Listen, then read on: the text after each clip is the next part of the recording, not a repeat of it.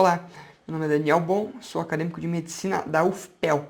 Venho por meio deste trabalho apresentar um caso raro, uma fratura exposta de clavícula. Esse trabalho foi produzido por membros da Liga de Ortopedia e Traumatologia da Universidade Federal de Pelotas, a LOT, e foi orientado pelo professor coordenador Leandro Heckers.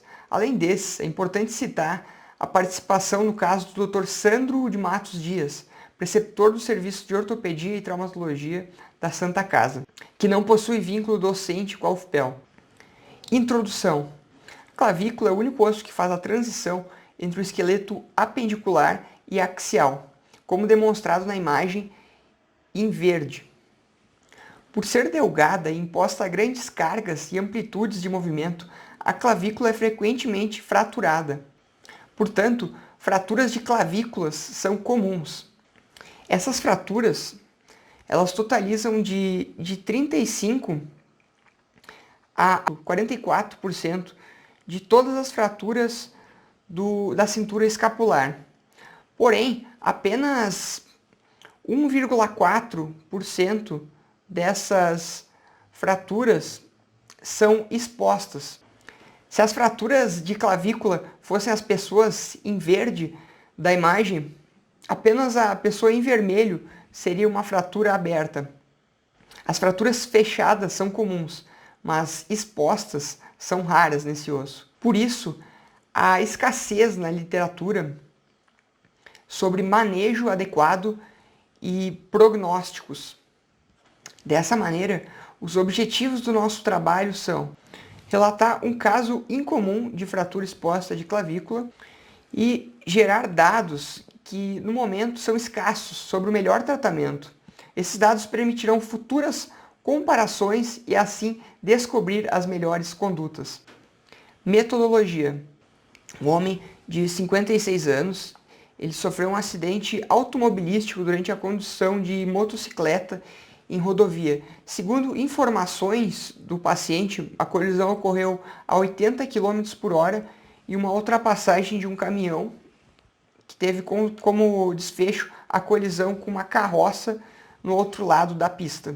As principais lesões observadas foram a fratura de clavícula e fratura de 6 arcos costais ipsilaterais. Na imagem é possível observar a fratura de clavícula e a fratura de alguns arcos costais, também evidenciados aqui nessa radiografia, incidência antero-posterior, como podemos ver aqui neste círculo.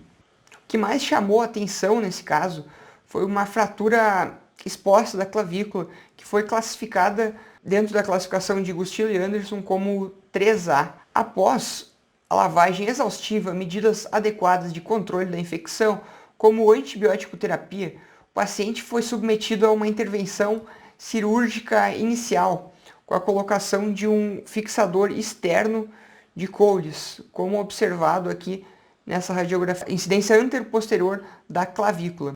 Aqui vemos uma imagem do aspecto externo após a colocação do fixador de Coles. Esse paciente ele evoluiu com infecção local que causou uma osteólise em local de pinos, resultando em uma soltura e uma diástase entre os fragmentos. Os fragmentos ficaram afastados, impedindo assim uma consolidação. Dessa maneira, foi realizada a conversão para uma fixação interna, para uma maior estabilização do foco de fratura. Foram utilizadas placa de compressão dinâmica e parafusos, como evidenciado aqui nessa radiografia de clavícula, já após a nova intervenção, com a placa de compressão dinâmica e parafusos.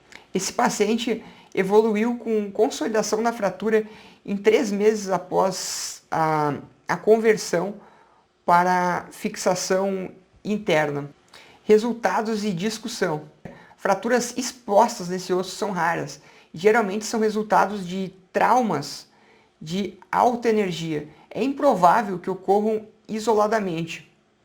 E elas representam um sinal clínico de alerta para outras lesões associadas com risco potencial de morte. O nosso caso, ele corrobora com o que diz a literatura, uma vez que ocorreu um acidente automobilístico em rodovia, indicando alta velocidade.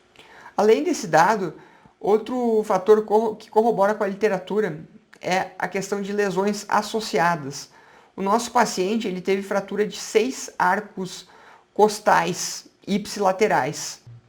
E a literatura diz sobre isso que em 60% dos casos são radiograficamente identificáveis fraturas de costelas. A literatura diz que há 3 categorias principais que originam fraturas expostas de clavícula. Entre elas, blunt injuries, que seriam as colisões de veículos motorizados, ou queda em altura. Esses casos representam 39% e foi o caso que o nosso paciente se incluiu. Além dessa opção, também lesões penetrantes, que representam quase 50% dos casos, e o mecanismo não especificado ocorre em 11% dessas lesões já encontradas até hoje e relatadas.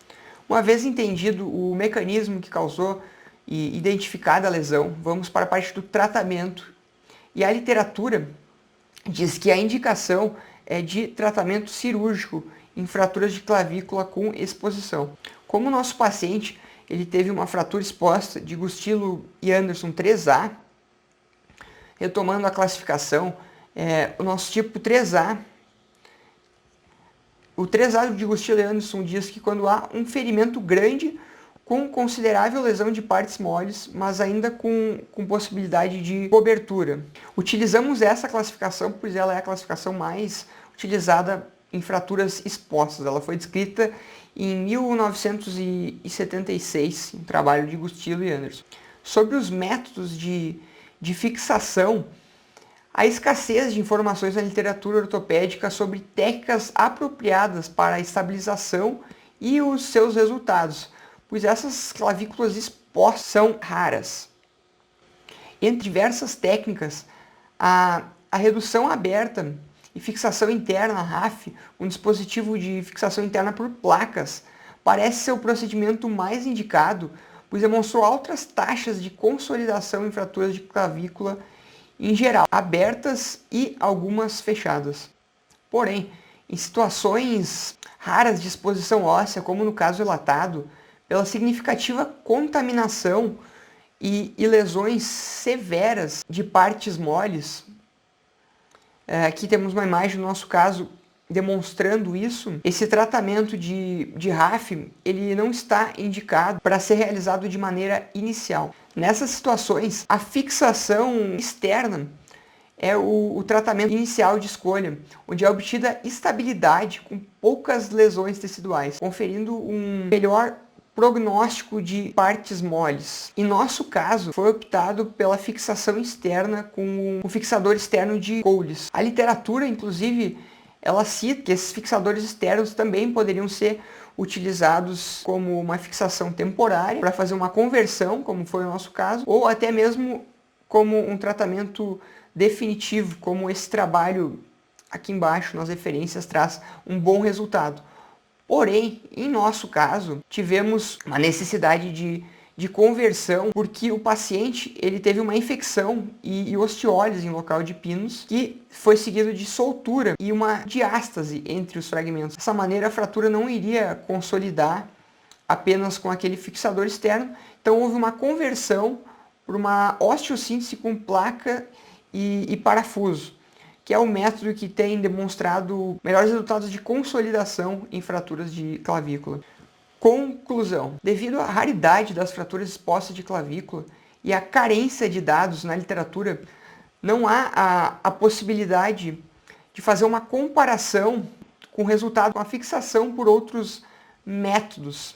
E no nosso caso, a boa consolidação obtida pela fixação externa inicial, seguida de fixação interna após a regeneração de tecidos moles e o controle da infecção, pode auxiliar na tomada de decisões de manejo em futuros casos, bem como também vai permitir comparar com resultados futuros com técnicas diferentes. E assim como mostra a imagem, esse trabalho ele espera fornecer um passo, mais uma peça para a literatura em direção de uma maior elucidação sobre essa fratura incomum.